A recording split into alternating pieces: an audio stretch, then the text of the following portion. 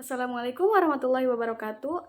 Kami dari kelompok 4, di sini kami akan menjelaskan tentang tahapan-tahapan auditor. Saya Vela Febriani dan dua rekan saya, Ratu Siti Syifa Khairiyah dan Muhammad Wahyu Hilaluddin. Saya Vela Febriani, di sini saya akan menjelaskan tentang tahapan proses audit. Audit merupakan suatu kegiatan yang tersistematis untuk mencapai tujuan audit. Adapun tahapan tersebut diantaranya 1. Penerimaan perikatan audit. Perikatan merupakan suatu kesepakatan kedua belah pihak sebelum melaksanakan audit.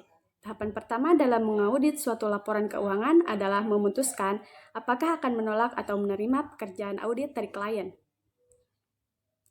Dan yang kedua, perencanaan proses audit, di mana seorang auditor merencanakan proses audit. Yang ketiga, pelaksanaan pengujian audit, di mana seorang auditor meminta dokumen-dokumen yang dibutuhkan untuk diaudit. Dan yang terakhir, yang keempat, pelaporan audit. Tahapan terakhir yaitu pelaporan audit, di mana seorang auditor melaporkan hasil pemeriksaan audit. Memahami struktur pengendalian internal dan tetapkan risiko pengendalian. Struktur pengendalian internal yang memadai untuk perencanaan audit diantaranya yaitu dapat diaudit. Artinya, ada informasi mengenai integritas manajemen dan memadainya catatan akuntansi. Selanjutnya, potensi salah saji material, yang artinya identifikasi jenis kekeliruan dan ketidakberesan. Risiko deteksi atau penemuan, yaitu penetapan risiko pengendalian untuk setiap tujuan pengendalian yang mempengaruhi risiko penemuan yang direncanakan. Dan yang terakhir, rancangan pengujian, yang artinya membantu pengujian secara efektif atas transaksi, saldo, dan prosedur analitis. Nama saya Ratu Siti Syifa Khairiyah. Di sini saya akan menjelaskan mengenai keyakinan memadai terhadap pengembangan struktur. Ada 3 konsep dasar penilaian SPI dan penetapan risiko pengendaliannya. Yang pertama yaitu ada tanggung jawab manajemen, yakni untuk menetapkan dan menyelenggarakan secara efektif SPI dalam organisasinya. Yang kedua, ada keyakinan memadai terhadap pengembangan struktur pengendalian internal, memberikan keyakinan memadai terhadap kewajaran laporan keuangan. Yang ketiga, ada keterbatasan bawaan, yakni efektivitas struktur pengendalian internal tergantung pada kompetensi dan pada orang yang menggunakannya Bina Nusantara. Selanjutnya, dapat dipercayainya laporan keuangan. Definisi pengendalian internal menurut Committee of Sponsoring Organization. Pengendalian internal adalah suatu proses yang dipengaruhi oleh aturan direksi, manajemen, personalia lainnya, yang disusun untuk memberikan jaminan yang berhubungan dengan pencapaian tujuan berikut, yaitu dapat dipercayainya laporan keuangan. Jadi laporan keuangan tersebut harus dipercayai.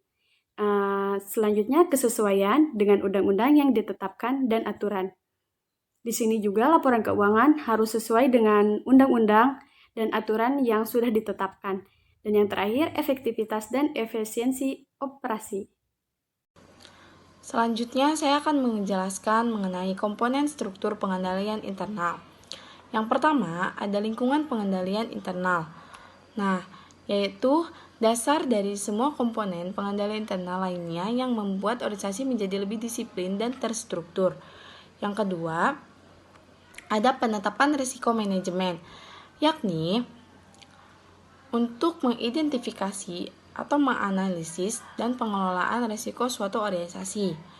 Yang ketiga, ada kegiatan pengendalian, yakni kebijakan atau prosedur yang dibuat untuk memastikan tercapainya tujuan perusahaan dan mencegah terjadinya kecurangan.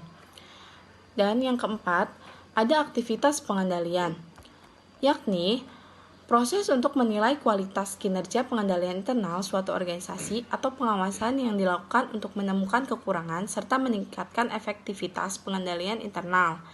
Yang terakhir, ada pemantauan Bina Nusantara, yakni manajemen dapat menggunakan informasi ini untuk menilai standar eksternal atau komunikasi melibatkan penyediaan suatu pemahaman yang jelas mengenai peran dan tanggung jawab individu berhubungan dengan pengendalian internal atas pelaporan keuangan.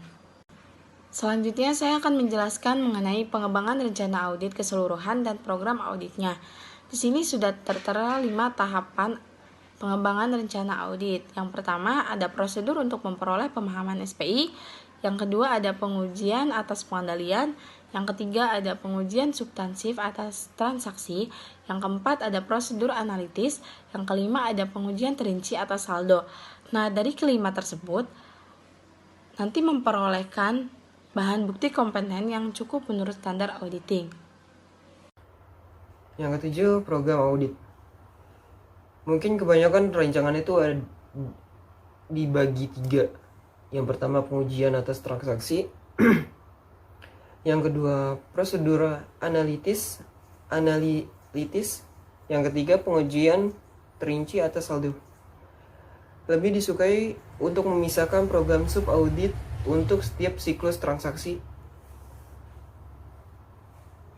Program audit prosedur analitis untuk keseluruhan siklus.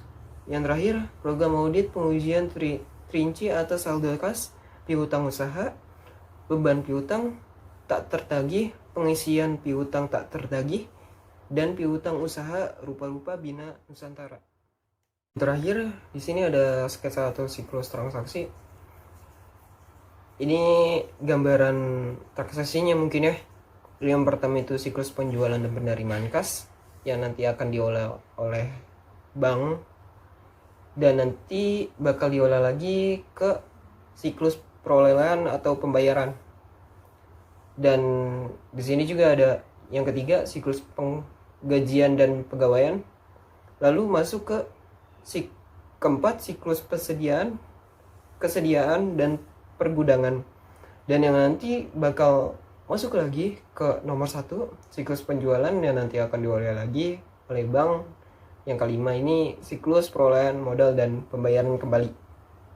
Mungkin itu gambarannya dari siklus transaksinya. Mungkin sekian dari kelompok kami. Mohon maaf bila ada kekurangan atau kesalahan yang mungkin presentasi yang kita sampaikan itu banyak yang belibet, mohon maaf. Mungkin cukup sekian. Wassalamualaikum warahmatullahi wabarakatuh.